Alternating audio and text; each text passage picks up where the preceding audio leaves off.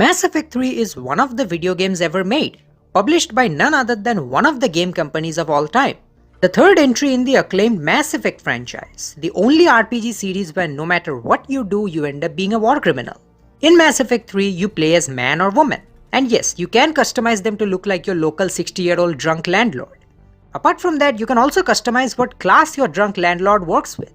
Just like Mass Effect 1 and 2, there are a total of 6 different classes to choose from, and each offer their own unique advantages and special powers.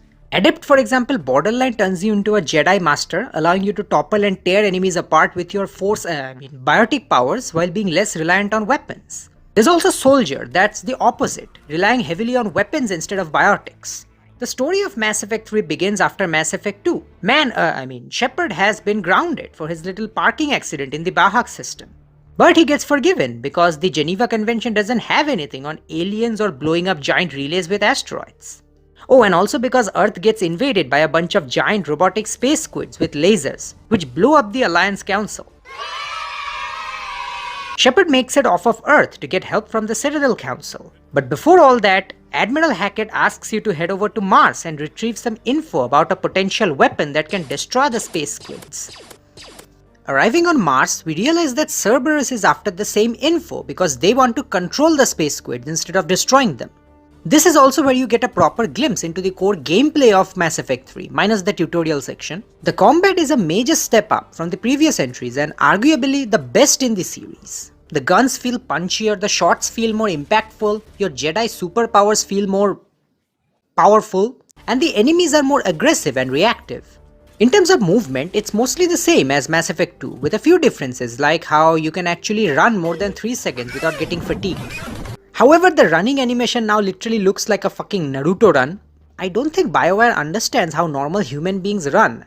Apart from that, the base movement is mostly the same, with the addition of dodge rolls, so now you can act like you're playing Dark Souls with guns. The only problem being that some absolute brain-lit thought it was a good idea to map a dozen things to the same button. Have fun dodge rolling in a random direction when all you wanted to do was sprint in a diagonal direction. Regardless, on Mars you encounter Cerberus troopers, a common enemy that you'll encounter for a major portion of the game. And they're quite fun to fight. They're aggressive, accurate, have a decent amount of variation that keeps increasing as the game progresses, and all of them are pretty well balanced. The overall enemy variation in Mass Effect 3 is pretty good. On the Reaper side of things, you've got mutated Turians, whatever the hell these things are, Skyrim dragons, husks, brutes, Rachni, and banshees. While all the other enemies are well balanced, the banshees can go all the way to the boilers of hell, because I swear the main design philosophy behind them was to be as mind-numbingly annoying as possible.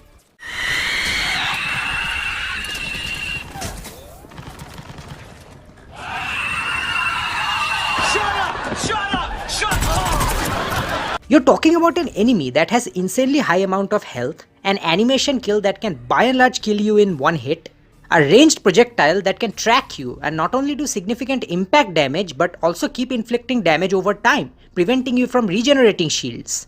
And if that wasn't enough, they can randomly teleport to close their distance.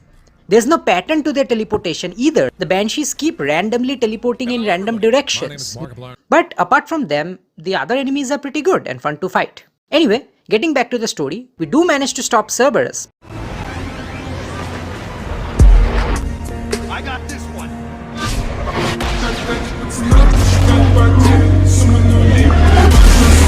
But one of your squad mate, whoever you saved in Mass Effect 1, gets hit by a synthetic robot and gets sent to the hospital.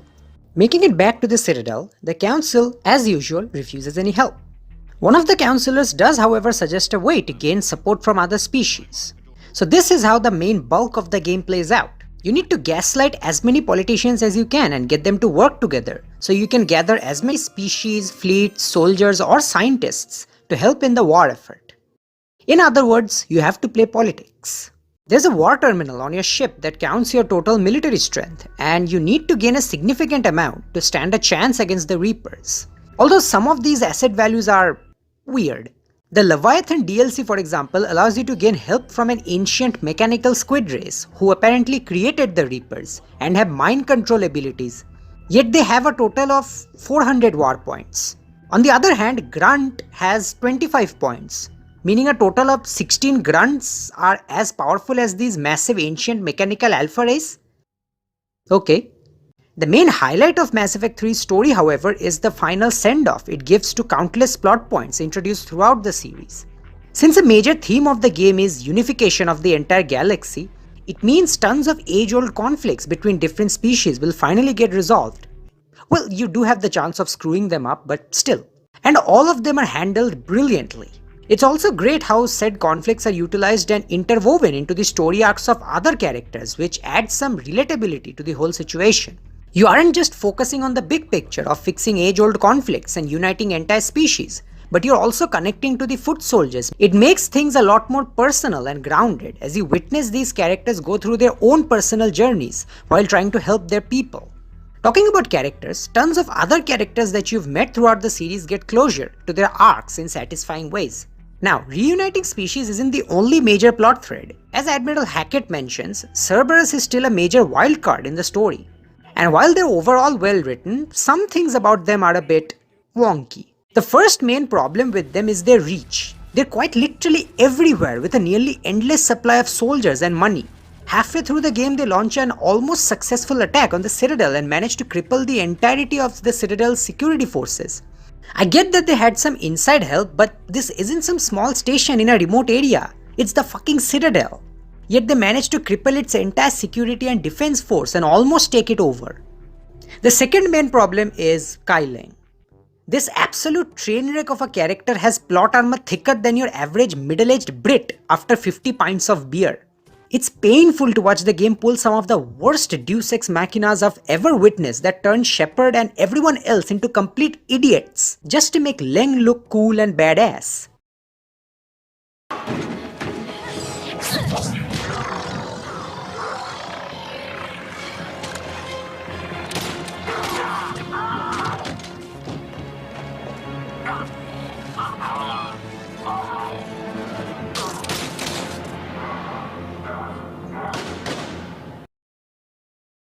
There's only one way this ends. He's easily the weakest part of the entire game and has absolutely zero redeemable qualities. Well, apart from the fact that you get probably the best renegade prompt in the entire series with him near the end.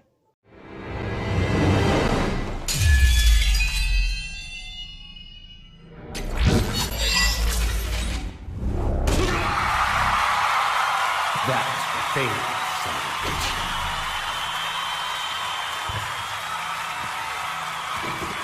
Anyway, apart from the main missions, you've also got side quests that can get you more war assets, money, experience points, and some upgrades. They're okay.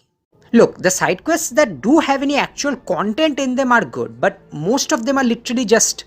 Ma'am, I had a friend in security at Sonax, and there was definitely Prothean tech on Garvug. I know the Valhallan threshold is Reaper territory now, but Prothean tech could help the Crucible.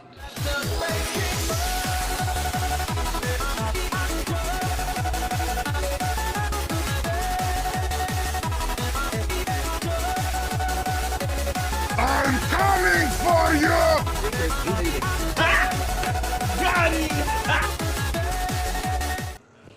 I recovered Prothean data drives from Garvug.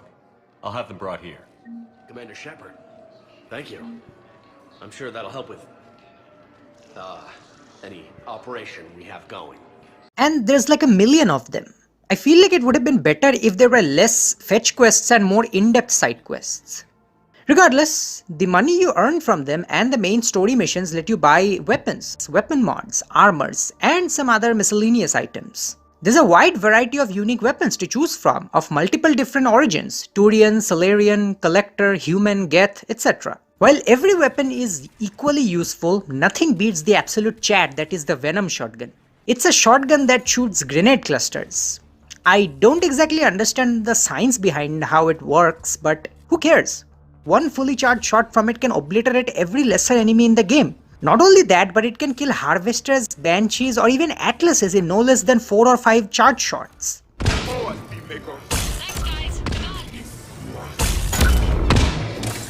In addition to the weapons and buying their upgraded versions, there's also tons of additional mods and attachments that can add additional buffs to your weapons, like better accuracy, clip size, damage, armor penetration at the cost of reduced damage, etc. However, all of your weapons have weights, so you need to be careful about carrying too many weapons so as they don't exceed the weight limit. The weight distribution is a bit different depending on your class, but basically gain too much weight and your powers will take years to recharge, which can prove to be a major challenge if you have built a biotic shepherd who's more reliant on powers than weapons. It's a simple but neat little system that adds a bit of depth to the weapon customization system, and it's good. Apart from guns, you've also got armors. There's a decent variety of armor sets and individual pieces to choose from, but unfortunately for your squad mates, they only have 3 or 4 changeable outfits, which is a bit disappointing. Sure, it's better than Mass Effect 2 as the outfits at least provide different stats and aren't purely cosmetic based, but still, it's way too limited, especially compared to the high variety in Mass Effect 1. Now yes, Mass Effect 1's armors weren't perfect, but even then, that system should have been iterated and improved upon instead of being completely scrapped for 3 or 4 options. Regardless, you also receive skill points after completing missions, which you can use to upgrade your shepherd and your squad mates. The upgrade system is a massive improvement over Mass Effect 2 and by far my favorite in the franchise. It's not as cluttered as Mass Effect 1, but also not as limited as Mass Effect 2, especially in regards to your squad mates who only had 4 upgrade slots in Mass Effect 2. There are a lot more diverse sets of powers and abilities to choose and upgrade in Mass Effect 3. You can upgrade said powers and abilities by putting points into their slots. Once you upgrade to a certain point, for the next upgrade you have to make a choice between 2 sets of advantages, like concussive shots with a greater force or wider area of effect, etc. It adds a decent amount of depth to the whole system, that you can't just upgrade a skill all the way up and get every single advantage. You have to sacrifice one for the other depending on how you choose to play the game. You've got a good variety of misfits and wackadoos to join your merry crusade of fighting space squids. And while it's kind of sad that none of the newer squad members from Mass Effect 2 don't remain in your party anymore, it's fine. As mentioned, all of them get really satisfying send-offs with their own side missions. As for your current party, you have newer members like James, Javid, returning members like your homie Garrus, Tali, Emergency induction port. Liara, and of course Ashley. Yes, I prefer Ashley over Liara or Tali. She's by far one of the most underrated characters in the entire series with an amazing character arc and is widely overhated for no good reason. I said what I said, do whatever you want. Anyway, since we're talking about Mass Effect 3, I think it's worth mentioning the DLCs because I believe the entire experience is incomplete without them.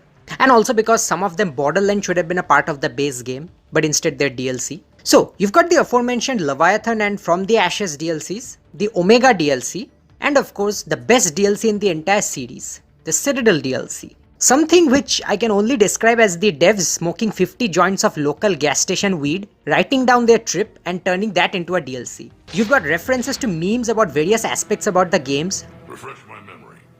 Didn't we used to win these things back in the old days? He said, I should go. Do I sound like that? As long as I've known you, yeah. Falling through fish tanks, baiting disabled people. Find the crew. I'm going after her. Find the crew. Got it.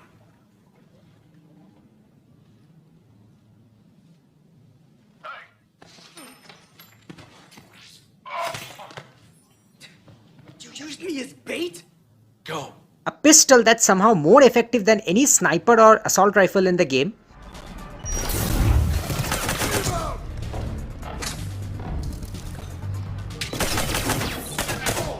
And most important of all, a clone who wants to trap Shepard and take his ship and identity. It's so zany and over the top, I fucking love it. It's an amazing DLC and is definitely something you should experience before completing the game. Time to get back out there, huh?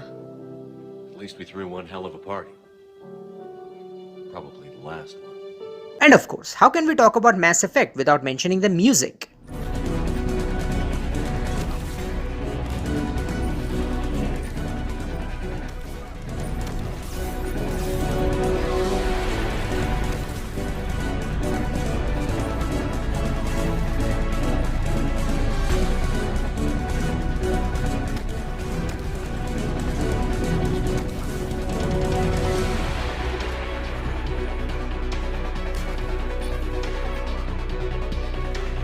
It's beautiful.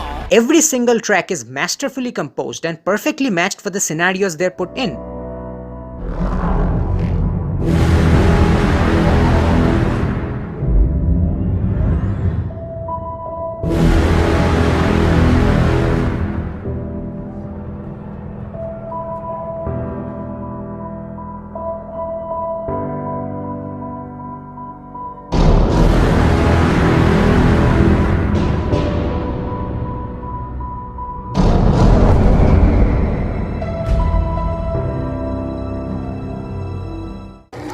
Enough!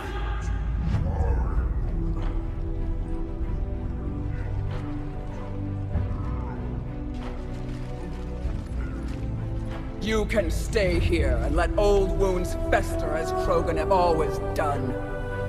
Or you can fight the enemy you were born to destroy and win a new future for our children. I choose to fight. Who will join me? I will. And so will I.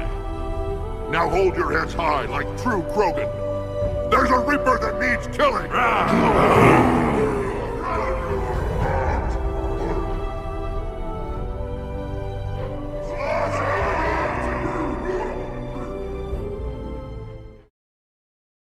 And, well, that's about all I have to say about this amazing game. It's not perfect, I agree, and has quite some flaws, but again, its positives far outweigh the negatives. And it's by far my favorite Mass Effect. Thank you all for watching. Do consider subscribing and liking the video. And, well, that's it.